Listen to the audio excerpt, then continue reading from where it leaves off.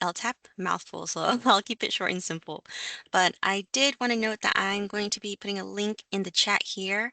If you could please sign up and make sure we get your names and information. That way we know who attended the meeting today in case we need to send out any notes or the recording. Thank you. Good morning. My name is Carrie Farley. I am the program coordinator for Texas LTAP. I do see a bunch of names I'm very familiar with. Welcome to a lot of our points of contact for the cities and counties in Texas. We're glad you're here. Our goal really is to give you enough information for you to be able to share that with your folks as well. I know it's pretty new and there will be a lot of questions. If you don't want to ask your question in the group, that's fine. You have our emails. Please feel free to reach out to us anytime, any day. We'll get back to you. Okay, excellent. Thanks, Genevieve, Carrie, Anna. Hey, I'm going to go ahead and get started with today's content. My name is Walt Catlett, and we're going to walk through a little bit about what the Road Safety Champion Program is, and then we're going to use one of the classes. We'll use a little bit of the content from that to walk you through that as well.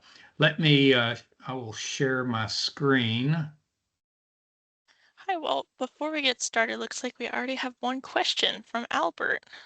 Albert, if you want to go ahead. Sorry to interrupt, but I don't have an option for my chat on my thing here. Oh, Okay. really? Okay. That's okay. Anytime you have a question, then feel free to raise your hand and we'll take a break and call on you, okay?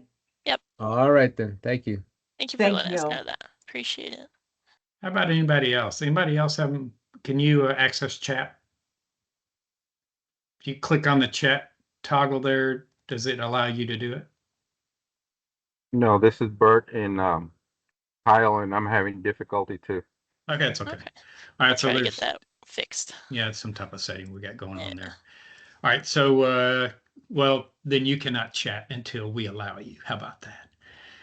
I'm teasing. All right, listen, we're going to walk through Road Safety Champion Program as we go along. You know, just ask your questions. We're here to raise awareness about the program. There's my contact information. I'm an instructor with the Texas LTAP program. And we have a great opportunity here to roll out the this national program, Road Safety Champion, and that's what we're going to do. All right.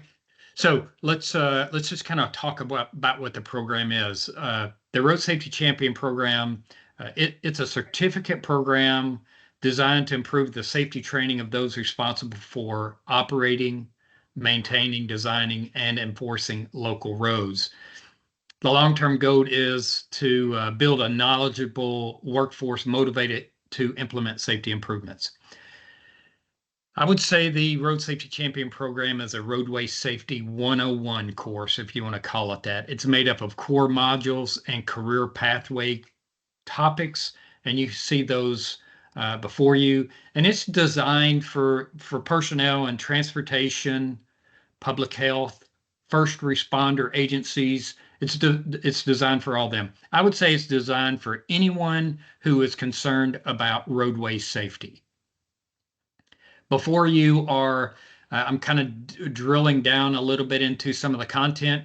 You can see the topics for planning and engineering, and I almost think I skipped a page. Yes, I did. Okay, kind of flipped through that quick. All right, so you can see the 4 career pathways: maintenance and construction, public health, planning and engineering, and first responder. And I've zoomed into the core modules. You can see the 7 topics of the core modules: introduction to road safety, understanding human factors, intro to traffic safety, and you see the rest, right?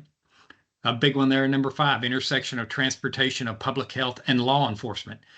You know, what the program is trying to do is get us out of our silos of thinking it's just the engineers who are responsible for road safety, or it's just law enforcement who's responsible for making people slow down.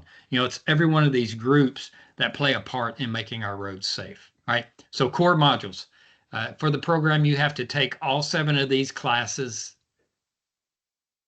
And then you pick one of these career pathways. It could be maintenance and construction, public health, planning and engineering, or first responder. And I've added the classes for planning and engineering, and you see those there before you. Countermeasures for road safety, work zone, it's work zone safety is what we do there. Overview of local road safety plans, crash reporting, and systemic safety. I'll just share with you the programs, it's got a ton of content. And when you get done with it, you will be exposed is the wrong word, but exposed to all these tools that FHWA has pulled together to help you make your roads safer at the local level. Here you see the maintenance and construction topics, maintaining a safer roadway, work zones again, the same class that's taught in planning and engineering, worker safety, traffic incident management, take action now, maintaining safety, OSHA 10, and flagger certification. Now, since we're on this, I'll just touch on this. OSHA 10 is taught within, and flagger certification is taught within the Texas LTAP curriculum, as is work zone safety. So you'll accomplish that class through our other Texas LTAP classes that teach that, right? Traffic incident management will be taught through the National Highway Institute's Traffic Incident Management online class. So all the other classes will cover, but some will be outside of the Road Safety Champion, I guess you'd say curriculum, through the just our normal Texas LTAP training. And then the TIMS class will be done online through the National Highway Institute. Is that, anybody got questions about that? Yes, Teresa. Howdy. Okay. Good. So I might have missed it because I had some distraction off to my side. On these maintenance and construction courses, if somebody's already taken them, do they have to retake them in order for the certification? Or is there like a time period in which, like, if it's been longer than 5 years, yes, you have to take it? Is there anything like that? Yeah, there sure is. So what we've established is, for example, for TIMS and OSHA 10 and work zone safety, it's if you've taken it within the last 2 years. Is that right, Genevieve? Is that what we said? It's in the last 4 years. So Okay, if you have a certification for any of these courses, just send it on to us and then you won't have to take it anymore on our end. Alright. It'll count towards it, the Road Safety Alright. Champion program. Okay, thank you. Good And question, so Teresa. I'm just going to put in real quick. So the courses that they would be, work zone is going to be the LTP 100, flagger is the 300, and the OSHA 10 comes in the 401 class. And right now, the public health and first responder channels are not open. We're going strictly with maintenance and construction and planning and engineering at this time. Okay, all right, thank you. Okay, excellent. Okay, Rocker. All right, let's move forward then. Okay, so there's ways to complete the program. So our content mirrors the National Center for Rural Road Safety's content. It's their content that we're delivering. So if you take one of their classes online through the National Center, you just have to make I guess you'd say that's one other way to go around, not go around it, but to complete some of the training. So just know we give credit for that as well. We want you to do it through the Texas LTAP program, and we believe there's a lot of benefit in that. You know, the biggest one, in my opinion, is you'll be in the same room with people from across the state of Texas at the county, the city, the state level, and you'll be in that class with them for 3 months. You'll get to know them, and now you'll have some contacts around the state. I would say that's the biggest benefit. On the national side of the house, it's typically a webinar type delivery, and there's not a lot of interaction. There will be interaction with our training. Okay, so those organizations across the top. Now, as I said before, if something triggers a question, just ask. I'm not trying to get through 60 slides. If I get through 15 and we stop and we've answered your questions, we've accomplished what we want to. I moved y'all over to the side. So if I'm actually looking at you when I do that. I got my presentation in front of me. So anyway, all right. These 4 groups on the slide: the National Center for Rural Road Safety, the National Association of County Engineers, the National LTAP, TTAP Association, and the West Region Transportation Workforce Center. Those 4 groups are who created the Road Safety Champion program. Years ago, they were working on it independent of one another. And then, you know, people got together and said, hey, let's work on this together. And they did. And they produced this program. This actual class was put together by BCR Consulting. And then, of course, Texas LTAP is the organization that's delivering it. They're across the country. There'll be other state LTAPs who deliver it. In Texas, it's going to be us, the Texas LTAP program. All right. So now I'm going to kind of transition into content mode. All right. And the class I'm going to lean on, you see down in the bottom right-hand corner on the little ticker, Planning and Engineering Module 1. We won't go through the whole class, but you'll get a feel for what it is. Hey, did you want something from Swatski's? Back to the. I can't mute them or I would. Let's see here. Maybe. Yes, I can. There we go. All right. So here's our module goal. By the end of the module, our goal is to provide an overview of safety countermeasures with an emphasis on local and rural road application. The materials presented in the context of utilizing a systemic safety approach. When I say systemic safety, do y'all know anybody know what I'm saying? Okay, good. Well, that's not good, but that just proves why we should be here in this training. That's what it's all about. Here's, we won't get through this, but this is Planning and Engineering's tentative agenda. Well, that is their agenda. They got 3 lessons, lesson 1, 2, and 3. You can see what it is we're going to be going over. I'm not going to read that to you. Just take a look at it. And then we're going to dig into some of these. But by a show of hands, has anyone ever been to FHWA's website, FHWA's Proven Safety Countermeasures? Gary, you've been there.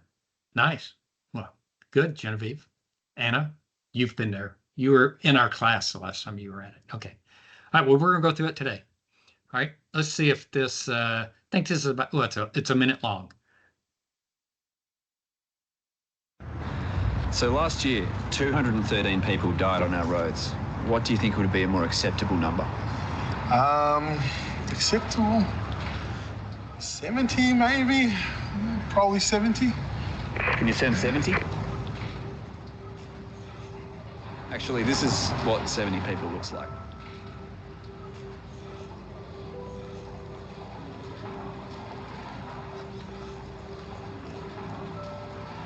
It's my family.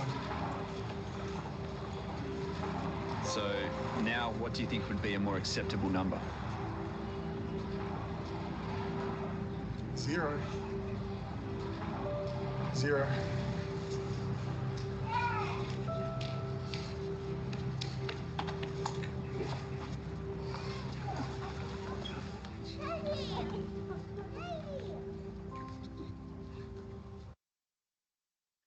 There's a number of good videos out there on the Road to Zero or End the Streak from TxDOT's initiative. So if you haven't seen those, just know they're embedded in the training. So you'll get exposed to a handful of those type videos, and then you'll have it as a resource to use at your agency or to share with your family. The bottom line is when we make these things personal, 0 is the only acceptable number. When we don't think of it from a personal perspective, then we throw out numbers like 70 or 15 or 25, right? And so just keep that in mind. Now, if our chat thing was working, which it isn't, it's being persnickety, I'd throw this out there and then we'd let everybody kind of talk about it, but we'll do it a different way. And we can still accomplish what we want to. Which of the following behavioral factors contributes the most to the risk of crashes in your area? Is it speeding, impaired driving, lack of occupant protection, driver inattention, distraction, or fatigued driving? Pick one of those and just think about which one you would pick. All right, so we'll just put it out to the group. By a show of hands, who picked speeding?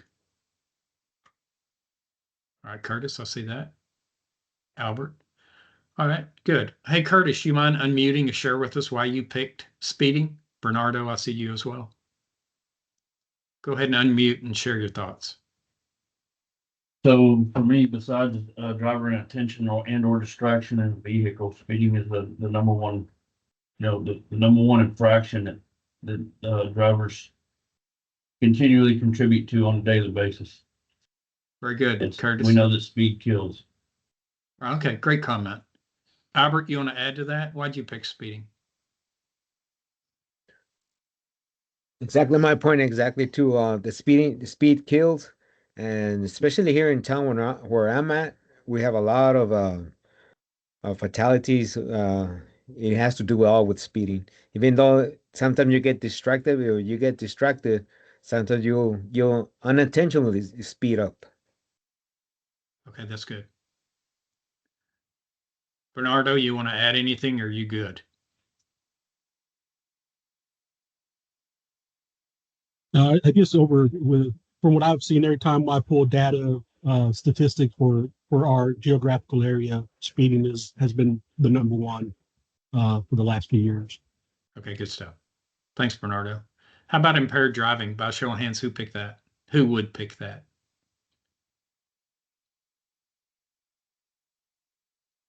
All right, Genevieve, you have to talk then. Tell us why you picked impaired driving.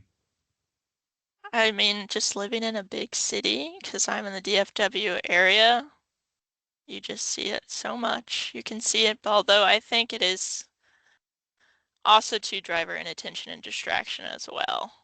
I think I would say those are my top two. Okay, good share. How about lack of occupant protection? I mean, who would, by show of hands, who picked that?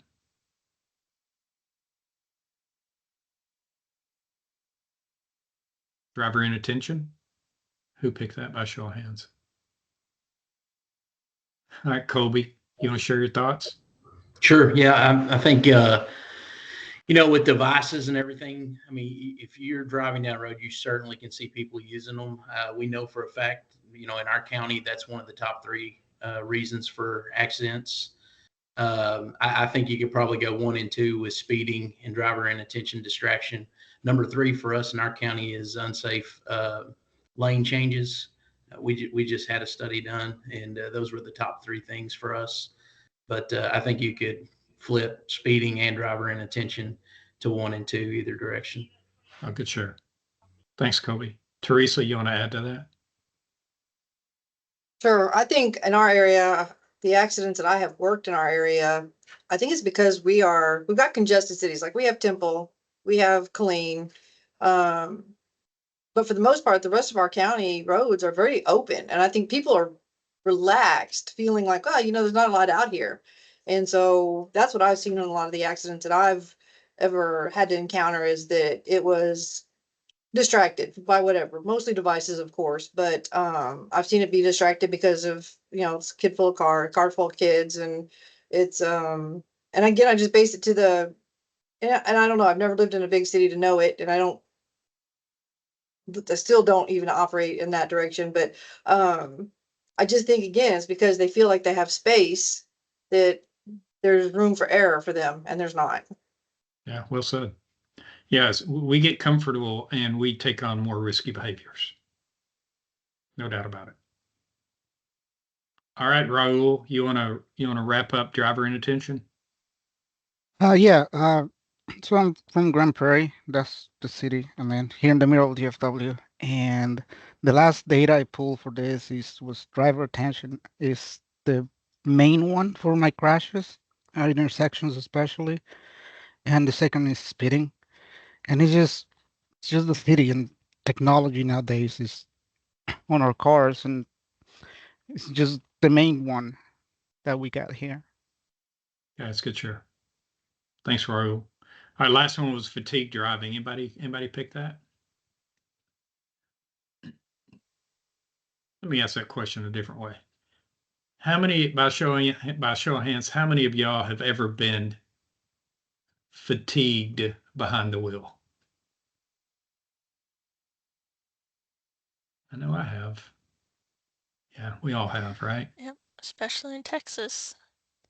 Yeah.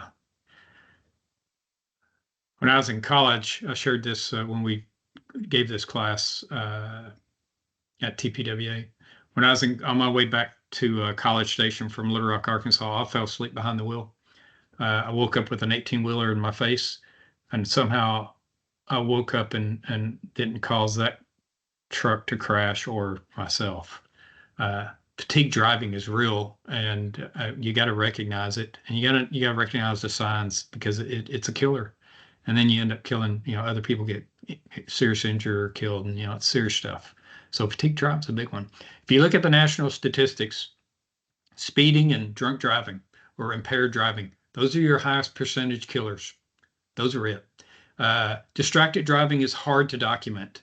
I hear a lot of comments in the room in here saying that's what y'all captured. I look forward to hearing those conversations.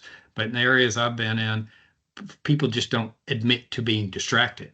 It's got to be something else, unless the driver tells it. It's hard to document it.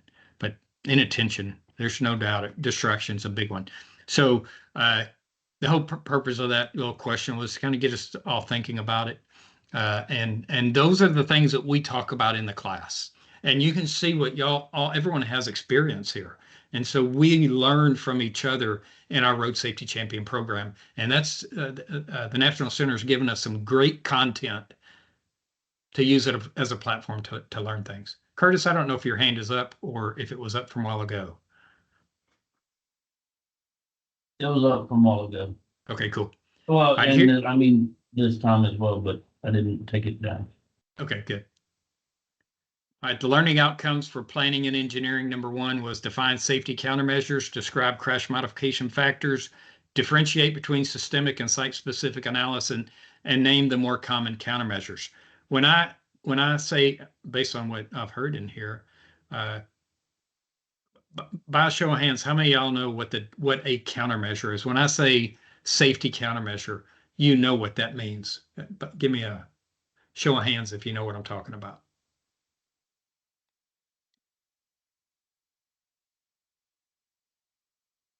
And it's okay if you don't, because that's what this training's all about. So this is very similar to what we saw at Texas Public Works Association. We're in a room of public works professionals, and I would say 30% knew what a countermeasure was. The rest of us did not. Well, that's what we got to know what safety countermeasures are, and we got to know where to go to get our hands on them, and we can start moving the needle in the right direction. All right. So now that we've covered some of the background on Road Safety Champion, kind of got the wheels moving forward, we're going to roll into what is lesson number 1, which is countermeasures for road safety. We'll touch on those items there: background countermeasure types, CMF, and systemic safety. We'll accomplish 3 of the learning outcomes: define safety countermeasures, describe crash modification factors and where to find them, and differentiate between systemic and site-specific. All right, here's a fundamental definition for safety countermeasures. Safety countermeasures are actions taken to improve transportation safety and therefore decrease the number of injuries and fatalities. They're infrastructure-based, they're behavioral-based, and they're programmatic or policy-based, right? We'll just kind of look at that. Here's FHWA's proven safety countermeasures. They have 28 proven safety countermeasures, and then they have some other documents. Like they have one specific for rural communities. And Teresa, you mentioned that's what you deal with in your neck of the woods primarily. And so they've put together a document that is focused on that type of motorist, right? And the proven safety countermeasures are broken down into 5 categories: speed management, roadway departure, cross-cutting, intersections, and pedestrian and bicycles. That isn't to say that's all the countermeasures that are out there, but these are the ones that FHWA has put together and are working on. Okay, so this is what I make people do in the classroom. Whip out your smartphone, put it in your hand, and Google FHWA proven safety countermeasures. I want you to go to that website while we're here, so you will have done that. FHWA, you don't have to put in 28 proven safety countermeasures. and it should pop up, and it'll take you to the website. And then when you have a chance later on, go check it out. It is a great resource. It's both broad and it's deep, but not too deep. You know, there's not too much material there that you get lost in it, right? So y'all give me a hands up when you've been successful at doing that. It's really a cool website. Okay, good. All right, good. Thanks for doing that. All right, FHA proven safety countermeasures, 28 of them. When you go there, you can also dance around and it'll take you to this rural community. You just have to play around on their website, okay? Okay, whoops, getting crazy. All right, so when you look at those list of countermeasures, here's some of them that were on there. These are focused on roadway departure. I didn't pay Teresa to make her statement because everything we're going on, I start going on the roadway departure stuff, but which roadway departure countermeasure produces the greatest benefit in your community? We'd have to know what these are, but I would think most of us kind of have a feel for it. A wider edge line, so we're making our striping a little bit wider. Safety edge, enhanced delineation on our horizontal curves, improving the design of our curves, in other words, going out there and doing a capital improvement. Longitudinal rumble strips or stripes along 2-lane highways, or median barriers. Which roadway departure countermeasure produces the greatest benefit in your community? I won't make y'all talk about it unless you really want to, but how many of y'all would say wider edge lines is effective? How about safety edge? How many of y'all do not know what a safety edge is? Raise your hand. Nice, thank you, Teresa. Good, thank you, Curtis. All right, so safety edge is an asphalt wedge that we put on the edge of our roadway. So if there's so when we drop off the edge, it isn't an abrupt drop, but it's kind of a taper. And then when we come back onto the road, we don't overcompensate because we're trying to get over that drop off. It helps us come off so we don't come flying across the roadway. That's what safety edge is. That's a layman's explanation. When you get into this content, when you go to the proven safety countermeasures, you can click on that item and it'll tell you all about it. Okay. How about enhanced delineation for horizontal curves? How many of y'all say that's a good combating roadway departure approach? Thank you, Curtis. Yeah, so we throw up chevrons, additional signage to make people aware we're coming around we got a curve coming our way. It's an effective countermeasure. And making a sharp turn less sharp certainly is one. How about rumble strips? How many of y'all would say rumble strips are an effective countermeasure for roadway departures? Yeah, it's a big one. How many of y'all have benefited from rumble strips? I know I have. I certainly have. Okay. All right, good. And then of course median barriers, we put those, you see those on our interstate when it's in those tight areas. Okay, here's another tool. This is NHTSA. This is NHTSA's countermeasures that work. NHTSA is focused on human behavior. And you see the human behavior things that they've got up there: alcohol and drug impaired driving, seat belts, child restraints. I guess I had a timer on there. Ooh. Distracted, drowsy driving. All those are human behaviors. Young drivers, older drivers, those are categories of drivers. Pedestrian safety and bicycle safety. But seatbelt use, that's a big one. That's a big one. When you talk to, when I interact with personnel at TxDOT on the roadway safety side of the house, the percentage of people who are involved in serious injury, crashes, or fatalities that were not wearing their seatbelt is shocking. Teresa, you see that out in the field when you were in law enforcement? Was that eye opener for you? Yeah. Oh yeah, definitely. Yeah. It just amazes me that people don't throw a seatbelt on. I was in a class, I was teaching in person with a group of people, probably 30 people in the room. And I had a couple of people in the room who felt strongly about not wearing seatbelts. They felt they were more dangerous than wearing a seatbelt. And they gave their opinion on why that was, and so we had to navigate that. But seatbelts do save lives, so, and restraining, make sure people in child seats and stuff certainly saves lives as well.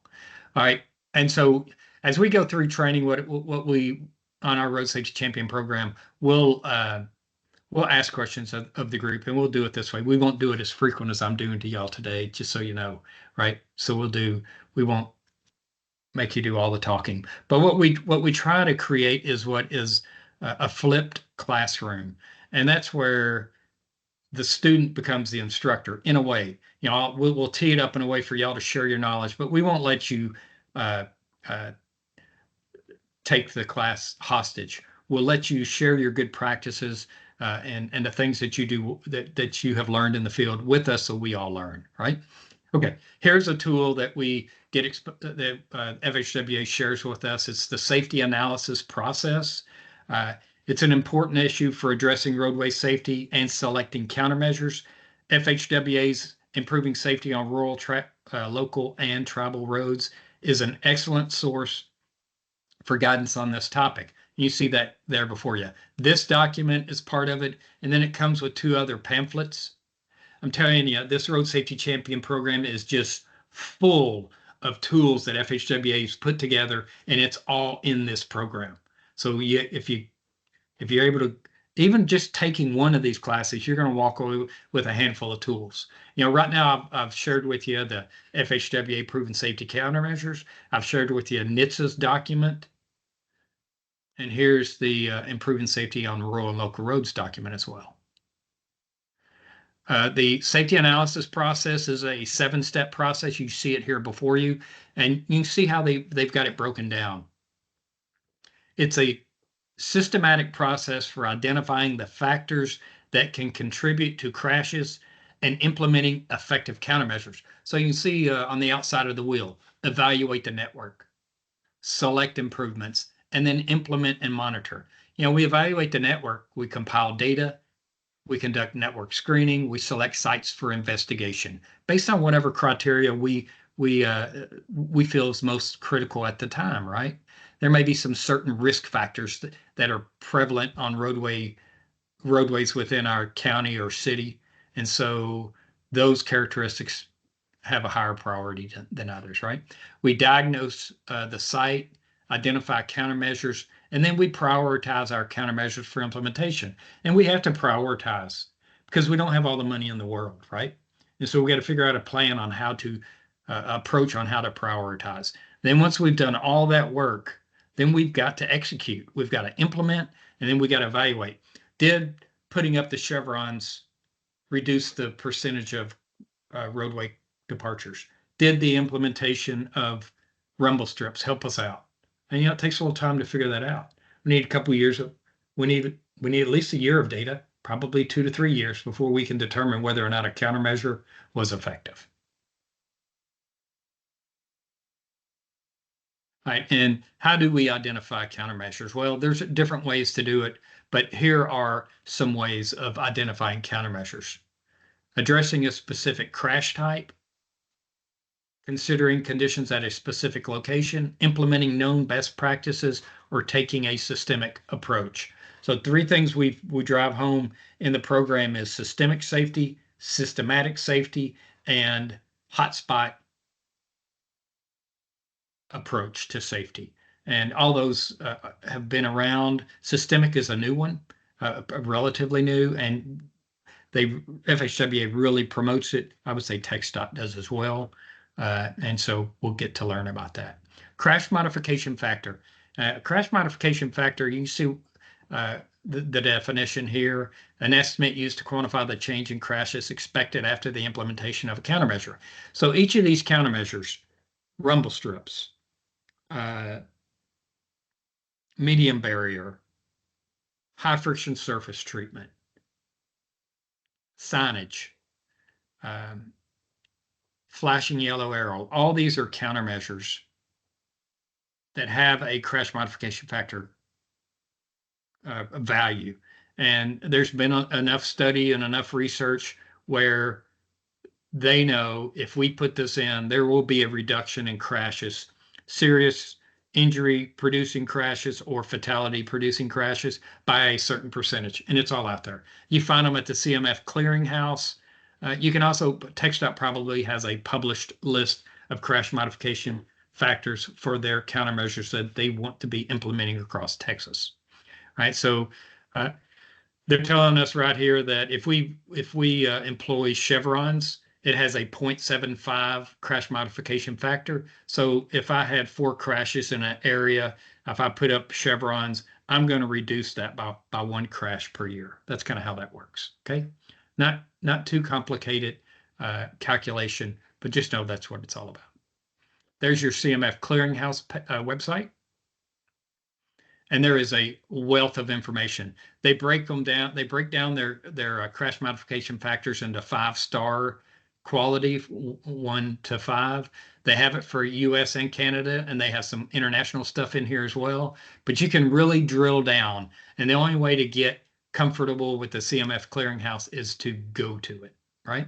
And you can see some of the data we're looking at here. So that we put a filter in of, we want to look at star quality ratings of 3 and 4. We want to focus on US and Canada alone. And when we did that, we ended up with 7 results for chevrons. Okay. And then we go in and dig into it, and you can see what type of quality it is. All right. This is a big one. If you go to TxDOT Strategic Highway Safety Plan, it will be based on the safe system approach.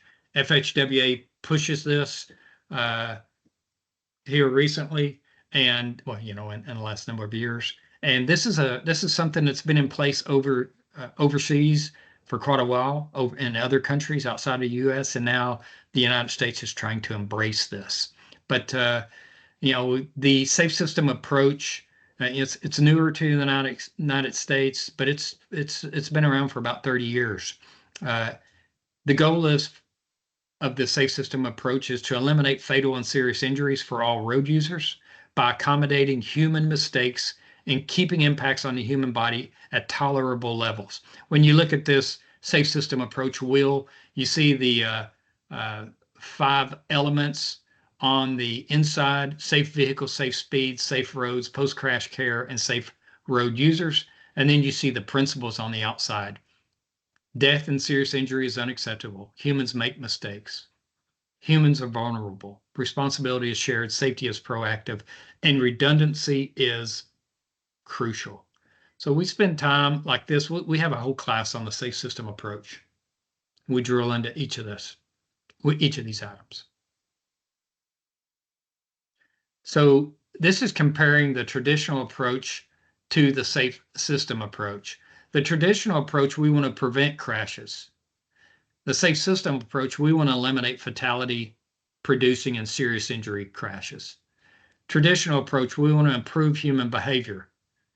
Safe system approach, we're going to design for human mistakes because we know people are going to make them, and humans have limitations. Traditional approach, we want to control speeding.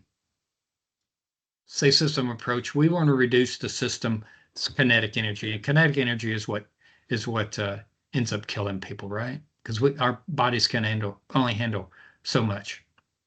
Individuals are responsible. You know, when we look at a crash, what's your initial reaction?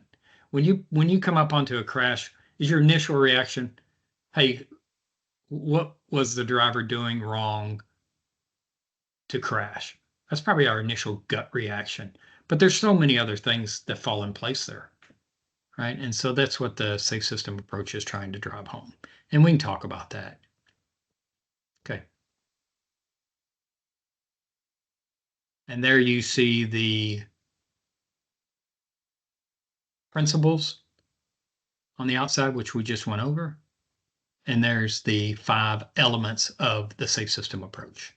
You know, making a commitment to 0 deaths means addressing every aspect of crash risk through the 5 elements. It can't just be the one road users. There's other things that are going on there. We got to make sure our roads are maintained properly. We got to make sure our vehicles are in good working order and that we're providing people the tools to take advantage of those things. We got to be able to get to the crash in a timely manner So we give people a chance to survive.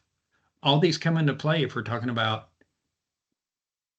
fatality producing crashes or serious injury producing crashes. There's the safe system principles. I got a whole bunch of language here I could talk about, but you see them. Humans make mistakes. My big one, they're all big to me, but redundancy is crucial. Different forms of redundancy, striping, rumble strips, chevrons. That's 3 layers of safety right there. That's redundancy. And believe it, we all need it. There's our 5 elements of the safe system.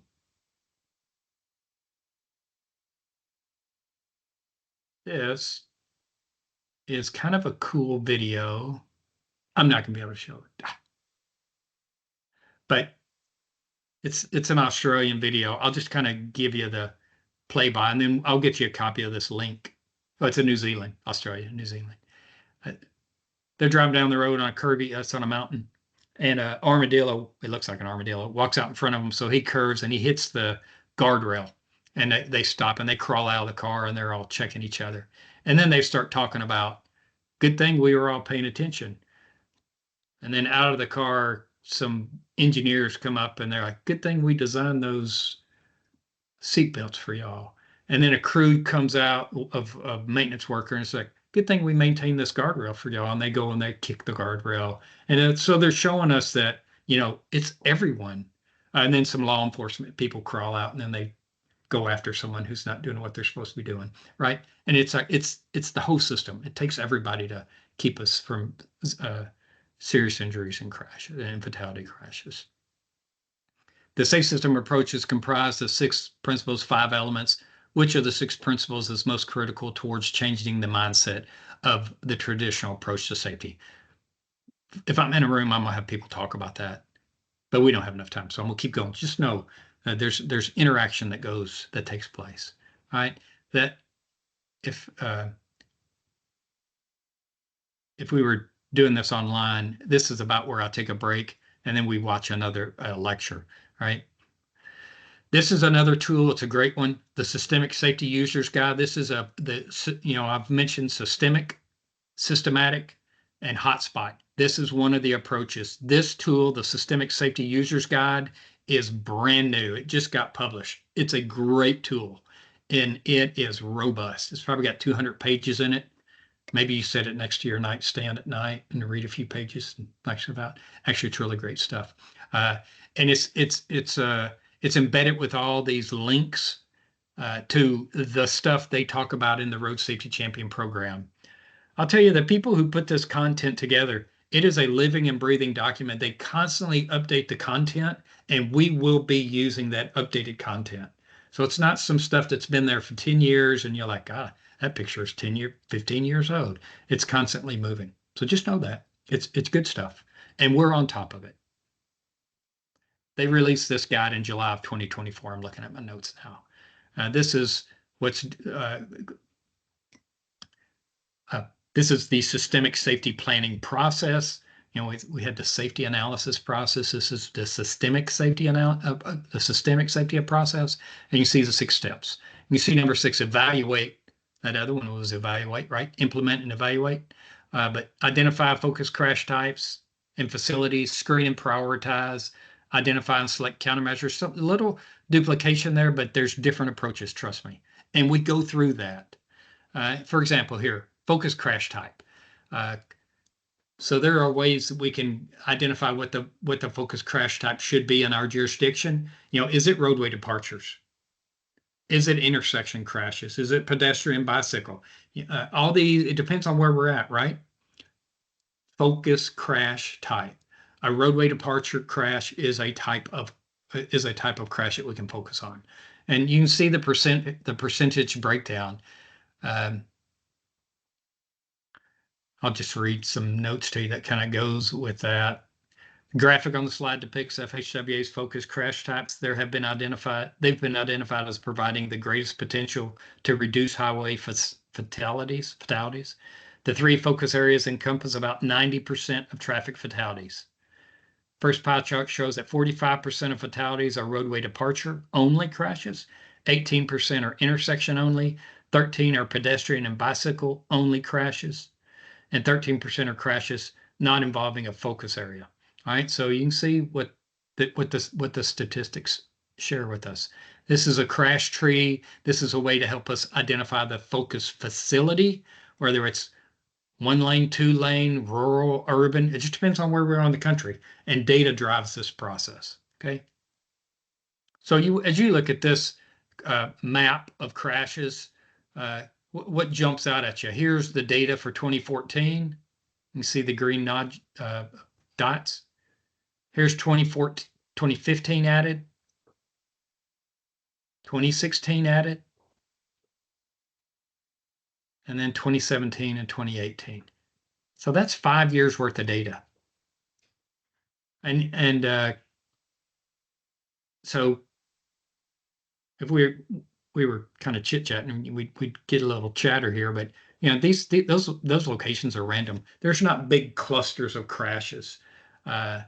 And however, you know, we can predict where these things occur based on the roadway characteristics that we know and on risk factors that are present. And we teach those things in the training. Here's a definition for systemic, systematic, and site-specific.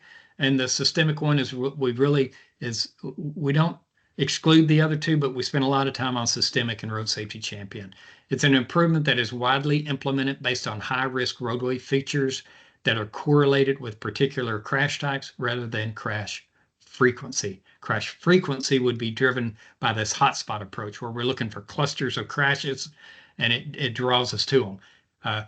Hotspot would be, or site specific, it's more of a reactive. You know, we need data, we need crashes to drive us there, where systemic is more proactive. We're looking at features. We don't need the data to justify going out there and putting a safety measure in place, a countermeasure. Okay. And I could explain it, but this video does a very good job of it. I could keep explaining, but let's see what it says. What is the best way to address severe crashes on your roadways, or even prevent them from happening in the first place? The good news is there isn't just one way. There are 3, and they can be used in combination depending on your situation. The 3 approaches are site-specific, systematic, and systemic. They all provide a framework for reducing future crashes by deploying safety treatments. There are differences in these approaches that may make one approach more effective than the others based on the type of crash problems or risks you are addressing. Let's break down each one. The site-specific or hotspot approach has been the most common and widely used safety management approach in our toolbox. This approach is based primarily on historic crash rates, frequency, and/or severity. If a concentration of crashes occurs at a particular location, a hotspot, you might expect crashes to keep happening at that location unless improvements are made. To reduce crashes, you would likely deploy improvements tailored for that site. The site-specific approach is valuable for mitigating high crash locations. However, it is also reactive, meaning multiple crashes must happen at the same location before improvements are made. Costs can vary widely depending on the improvements. For example, reconstructing a curve where you have experienced numerous severe crashes over time may require right-of-way acquisition.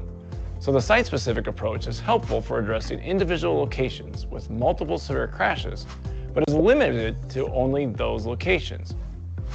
What about the systematic approach? When you hear systematic, think system-wide. Countermeasures like pavement markings, safety edge, paved shoulders, or rumble strips are proven to reduce severe crashes, and some agencies require them to be installed on all roads meeting certain criteria. For instance, your agency may adopt a policy to install rumble strips on all roadways with a posted speed of 55 miles an hour and 2-foot paved shoulders. The decision was made based on the safety performance of rumble strips in preventing head-on and run-off-the-road crashes. The systematic approach provides for a more widespread deployment of safety improvements than the hotspot approach and can address roadways that have had few or no crashes to date. While a systematic deployment requires no further analysis to prioritize locations, the approach requires more funding, since all locations are improved over time. So, the systematic approach addresses many locations, regardless of crash history, but it does not prioritize based on the risk of crashes. Speaking of risk, let's talk about the systemic approach. The systemic approach is proactive and involves deployment of proven, low-cost countermeasures at locations with higher risk. The systemic approach is not based solely on past crashes. It is based on roadway features or characteristics that correlate with certain severe crash types. Think of it like a health checkup.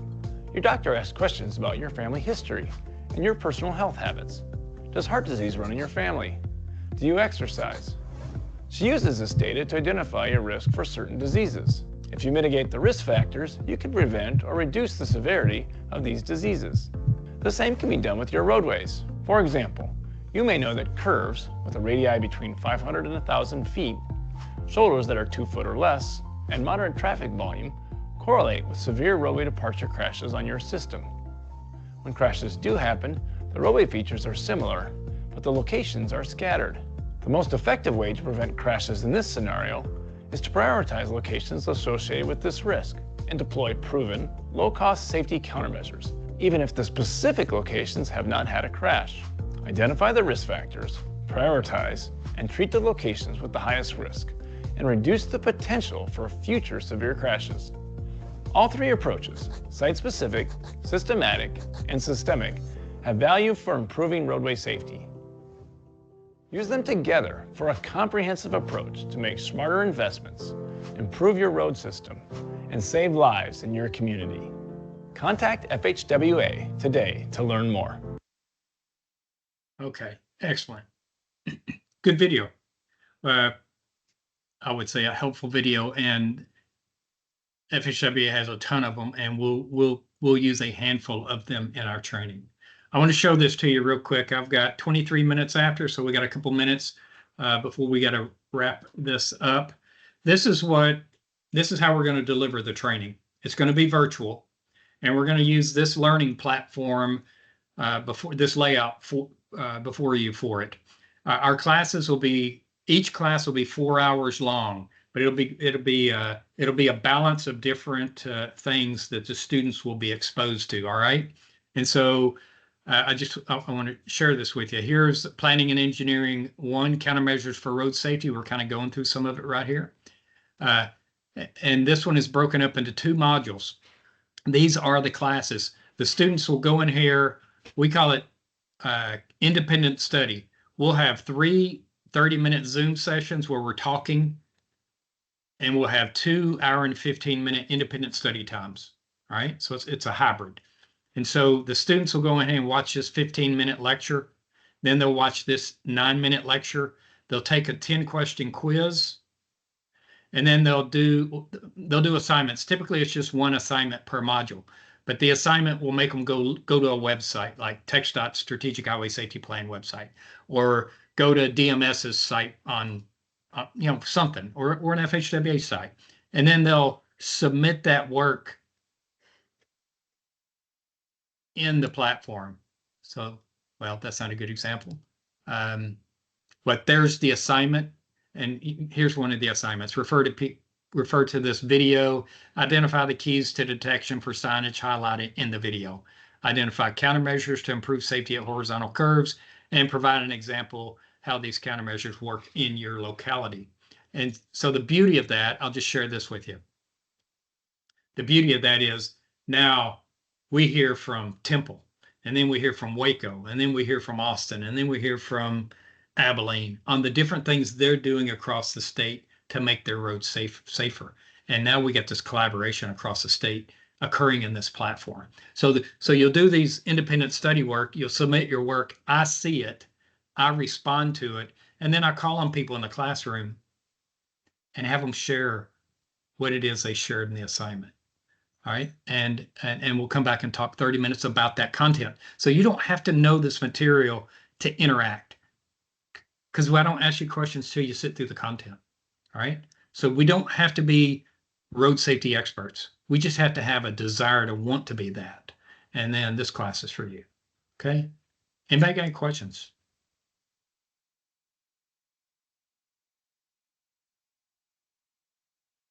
Okay, well, I guess I'll just hit it out of the park then. Y'all don't have any questions for me.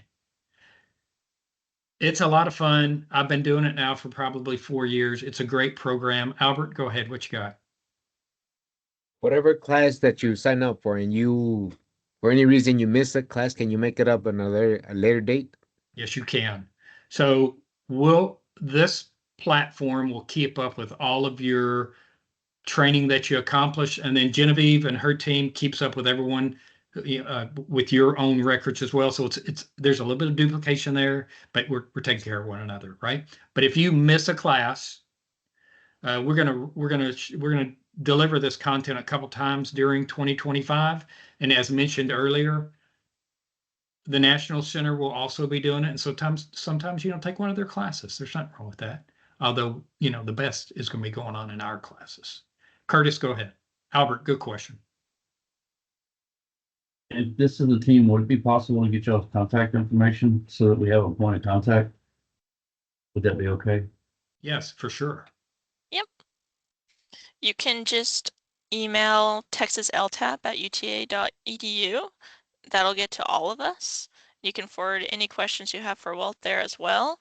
Unfortunately, we weren't able to get that chat going at all. So if you do have any questions, again, the email is txltap@uta.edu. You can also go to our website. It's just texasltap.org. If you have any questions, and I'll help show you our contact information there too. But feel free to reach out at any time. We're Awesome. Thank welcome to answer any questions. Any other questions? Teresa, go ahead. Yeah, so on the flip side of that, are these gonna only be put out in a certain time period, and during that time period, you'll have to complete them?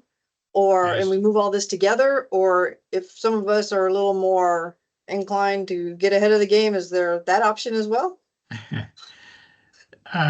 So we have a schedule for 2025 on how we're delivering it. That's what we need to follow. Overachievers are applauded, but we don't have it set. We don't have it set up that way, where you can just go knock it out. The goal of the program, well, one of the goals is for all of us to be together and to interact and share. Not because really a lot of I would say some of the biggest takeaways are you sharing your knowledge with people in the room. And I know it requires a little bit of patience to sit through this, but it'll work. It produces some great it produces good stuff. Okay, thank you. Yeah, you bet. So one of the things I did want to comment on, Walt, was, so for instance, if we're running this program 3 times next year, right? Every 4 months, we'll run this program. If you take 3 or 4 of the classes and you can't complete them all the first session, there's nothing wrong. Your classes are not going to expire. There's nothing wrong with coming back second session or third session, because we understand you have a job and that's your priority. And this is beneficial for your future career path. But our goal is to get you to complete the training. So we are flexible. We are adaptable with it. So hopefully, if you can't get them completed in the one session you sign up for, we can have you return a second or a third session, or the following year if need be. It's kind of fluid for everybody. Okay, all right, thank you. Yeah, I think that's well said, Carrie. And we are flexible. I say we have a set schedule that's rigid. However, we work with students. They'll be in the middle of a work day and they get halfway through the content and they got to go out in the field and take care of an issue. Well, we got to work with them. We can't say you got to wait 3 months before you come back in here. We will get them through that module, no doubt about it. So just know that. Yes, Albert. You have to register for each class individually, right? You just don't register one time and you're registered for all the classes. You have to do it individually. That's correct. So that way, if you're not sure if you can attend a module at that time, it's totally up to you. Just as long as you're registered for the module 5 days before it starts, then you'll be able to take part in it. And that's about as big of a heads up as we need for each module. Okay, thank you. And then on that note, if you don't hold the valid certifications for, say, the Flag or the 300 course, We're going to be offering those either in person. We can now do the 401, which gives you the OSHA 10 via webcast. So we're going to be offering those as well outside of Walt's timeframe. So just know that if you don't have a valid certification for that, we'll be hosting those throughout the year at various times as well that you can sign up for. If you can't get to one, like you can't come to a 300 flagger in Arlington, say, if you reach out to us and there is somebody in a jurisdiction nearby that's hosting one, we will reach out for you and see if we can get a seat for you in that 300. We'll really work to kind of try and make everything easier for you on that note. Cool. I'll share one last thing. Every one of the classes, when you get done, it'll automatically issue you a training certificate. So you keep up with that. We keep up with it as well, by the way, but just know everyone. And then it gives you an opportunity to give some feedback about the content. So we look forward to that as well. To, anything to make it better. We will help your personnel. If you got an issue you want to toss our way, toss it our way, and we'll see if we can figure it out with you. Okay, I'm good, Genevieve. Great, All right. great group. Thanks for all your questions. Yeah, and thank you for the participation. Again, if you have any other questions, we do have a document that does include our schedule and all the links to the registration on it. So reach out again to our email. It's txltap@uta.edu. Always reach out. We're always available. We're always happy to answer any questions. We're excited about this. We're excited to work with Walt on it. And we're looking forward to it, starting off the new year with good safety knowledge. Thank you guys very much. I appreciate it. Y'all be safe. Have a Merry Christmas. Thanks for You being too. here today. See you, Teresa. Merry Christmas. Good Bye, seeing you. y'all. Thank you, everyone. Thank Appreciate you. y'all Thank you. time. You betcha.